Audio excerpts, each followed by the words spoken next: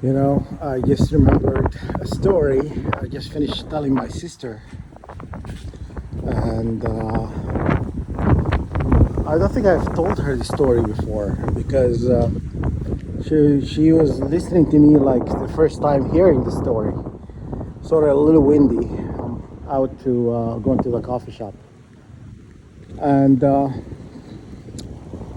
so the story is I had two dogs in when I lived in Alberta,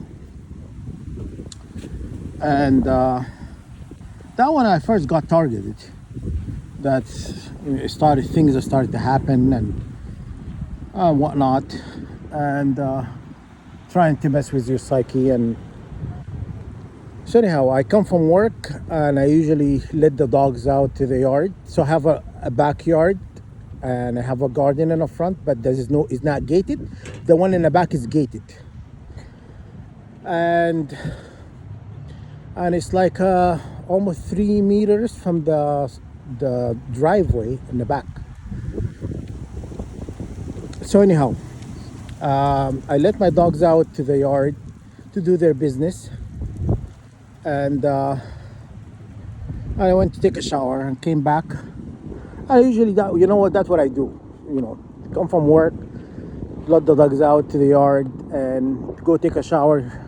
Come back maybe 20 minutes, half an hour, whatever, and let the dogs in and give them a treat. Because they usually come in bolting. They usually come from the yard like running, because they wanted a treat. They come for the treat all the time. I used to buy them this like a chicken snack, beef snacks, and stuff, and they really enjoy that. So anyhow, I called them. No, I opened the door. Then they haven't come back in, and I'm like, what the heck? What's going on? So anyhow, I called them. They didn't come back in and whatnot, and I did not know somebody walked into my backyard and opened the gate. The gate is the latch is from inside, so you have to basically go over the gate and pull the latch to open the back gate. And also it's in over 2 meters from the sidewalk, from the drive, from the alley driveway, which is someone had to trespass into my property to do that. That was like a lot of BS happening.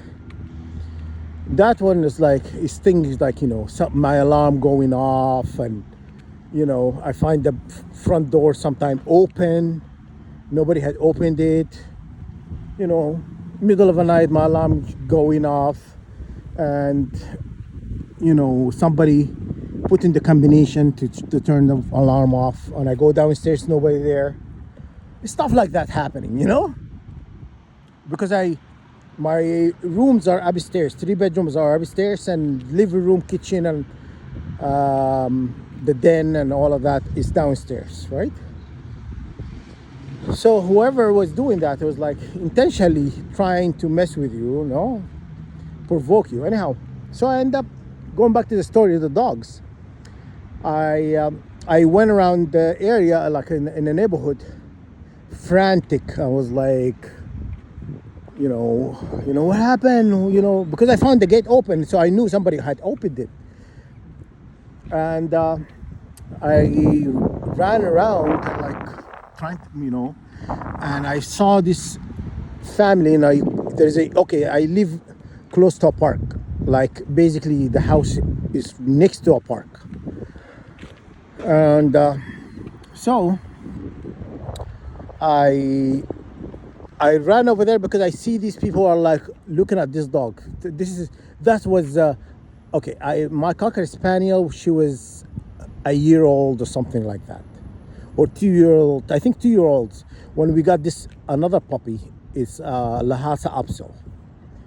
Anyhow, so the Lhasa Apso was a little puppy. It was like maybe 4 months old or something like that. The Cocker is nowhere to be found. She's gone. I looked for her everywhere. I couldn't find her. I didn't know where she had went. I was annoyed, Anyhow, I found the house officer and was, you know, he was playing with these people, like a bunch of kids and their mom and stuff in the, in a park. And the guy wanted to say, "This is not your dog." He's telling me, "This is not your dog. What are you trying?" I said to him, "This is my dog." He says, "Call him," because he wanted to make sure it's my dog, because he wanted to, like, steal this dog. I paid a lot of money for. But anyhow,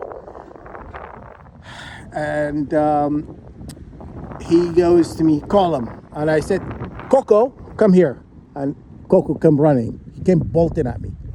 And I said to him, "You see?" He goes, "Oh, I just had to make sure." Make sure why? Because I'm black. I cannot really own an expensive dog or something, like all black people who, they're thieves, you know? That's how I felt. So I grabbed the dog and put him in my car. And I drove around in the neighborhood looking for the Cocker Spaniel. Anyhow, it was BS. Pure BS and garbage from these people, because they do stuff like that, and anyhow, I end up calling the city because I couldn't find her anywhere. I called the city and I called the what do you call those things? It's not a vet. It's not impound lot for puppies or dogs. It's like a place where they take lost animals. I can't remember what it's called. But anyhow, I called one of my friends and I said to her, Corinne, the dog is gone and she's not here. And she goes, "Have you called?" She told me the name. I can't think of the top of my head. But anyhow, she told me, "Have you called them?" And I said, "No. Who are they?" She goes, "Oh, just look the phone number up and or you can dial 311 or something." I can't remember the number she gave me. And then they can tell them and they'll give you the number or whatever. So anyhow, I end up calling. And I called this place and he goes, "What's your dog look like?" And I said, "Oh, she's blonde Cocker Spaniel. Tiny little tail. It's like a duck tail and blonde." And she goes, "Yeah, I think we have that dog. Somebody just turned it in not even half an hour ago, So somebody brought this dog in and whatever." I said, "Is it your dog is chipped?" And I said, "No, it's not chipped, She said, "Okay, we have her. Just come and get her, So anyhow, I went there and she was dirty. She was like, I think somebody says that she was running in the middle of the road, like almost got hit by a car, And anyhow, that's to just show how wicked these people are. And so my sister just reminded me of this story because I was telling her, things that happened in my apartment, and I said to her, I remember this story. Somebody came into my house. My house is not attached. It's not attached house. It's a single family home, right? So it's not attached to anything. So someone had to come into my driveway in the back, in the alley, and then go into my property, because the alley has like two parking spots, because it was like dented in, like it's dent. So my yard, I could have moved my yard all the way closer to the this 2 meter outside, but I chose to make that as a 2 parking spots, and then I have one in the front, right? But anyhow, so someone had to come into my property, go and lift the latch on the door to let this dog out, So yeah, so a lot of horrible things. I remember that story. And then somebody keyed my car, my new car. Anyhow, I used to have this Altima coupe, it just came out. Nissan came up with the Altima coupe, like 2 doors. And I was pretty much the first one or the second person, and not many people had it in Calgary. My neighbors, they're playing this parking war, You're not allowed to park in front of our house. You can park on your own, but yet they park in front of my house. Oh, we have guests. You can't choose park somewhere else. But you telling me I couldn't park in front of your house, but you have guests, then they're allowed to park in front of my house. Yeah.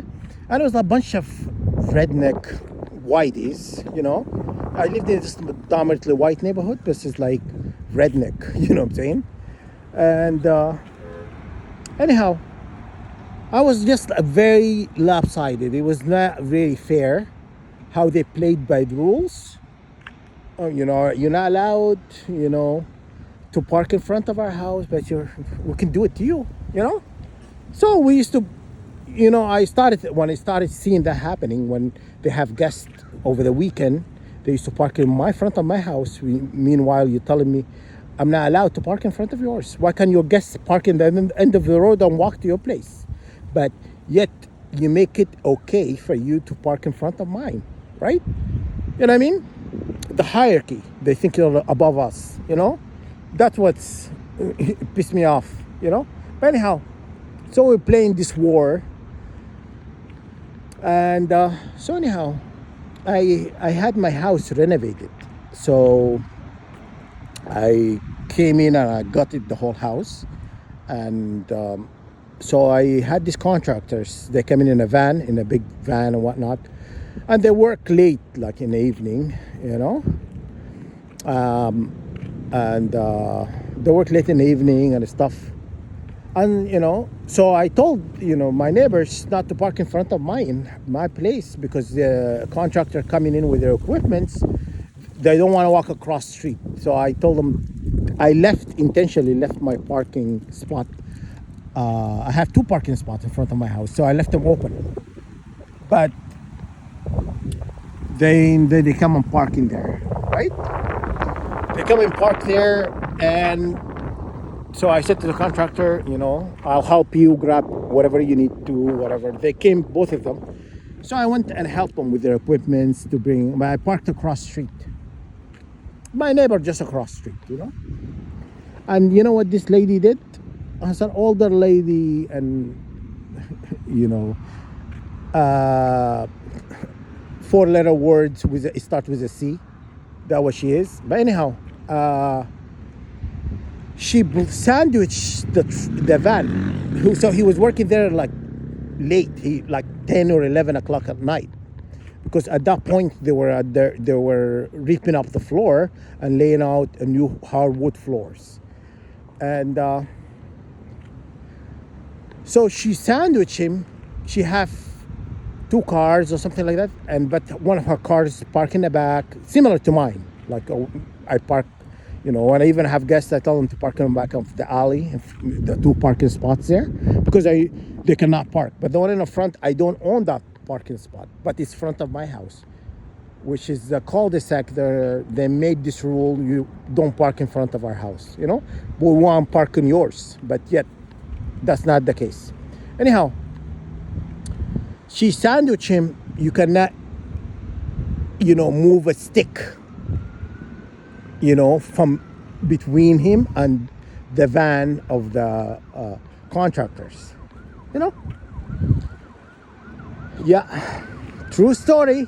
So I called the city, and I was like late, and I said, I called the police. I think I called the police. And I said, this is what happened. This lady parking too close. This guy, he need to get out. He need to go. And anyhow, and lucky, I don't think it wasn't her. The other person was somebody, other neighbor. He saw us trying to move or whatnot. And the police says, oh, there is nothing illegal about being sandwiched. They didn't touch your car. They can park as close as possible. It doesn't matter. So there's nothing you could do. So yeah, they told me there's nothing you could do. They can really park an inch from your car. You know what I mean? You hear the BS. Alberta is like a redneck province. There are cowboy. They come out every stampede. They go back to the box. They make pretend cowboys. They're not even true cowboys. You know, they're not. That's not a southern state. But anyhow, all this redneck, you know, and so I stood there. The guy finally came. One of the guys, no, was him. You could tell it was intentional act because they saw the guy trying to figure out how to get out, and we stood there. It was like winter too. It was not warm outside. It was like 11 November or December, something like that. And finally, they came after they want to make a point across. Don't park in front of our house. You know what I'm saying? You know, lovely neighbors. You know, and anyhow, they finally moved one of the cars, and he was able to get out. You know, and no, yeah, I think they finally moved the car when the police showed up. But the police drove in. They came in with a cruiser. They drove around in a cul-de-sac. They drove around, and they stopped in the middle of the road, and then they drove off. Then because at that point, you know, I think I told the contractor to come in. It's cold outside. To come inside. And so anyhow, when they came in, this person ended up moving the car and stuff. You know, it was just such a headache. But if I wasn't targeted, no, I never experienced. I live downtown in a condo downtown. I live like right in the core of downtown, right? And I have not experienced none of this garbage. You know, nobody said anything to me. People see me, you know, the sidewalks. They say, "Hey, good morning, good afternoon." You know, nicer crowd. But living in like just in a suburb, you know, you meet all the rednecks. The one who think being white is superior. You know, so like they don't know the truth. It's not about the color, skin color. It's about the blood. It's about your bloodline. It's about your blood, by the way. It's not about your skin color. That what the Jews told you is about skin color.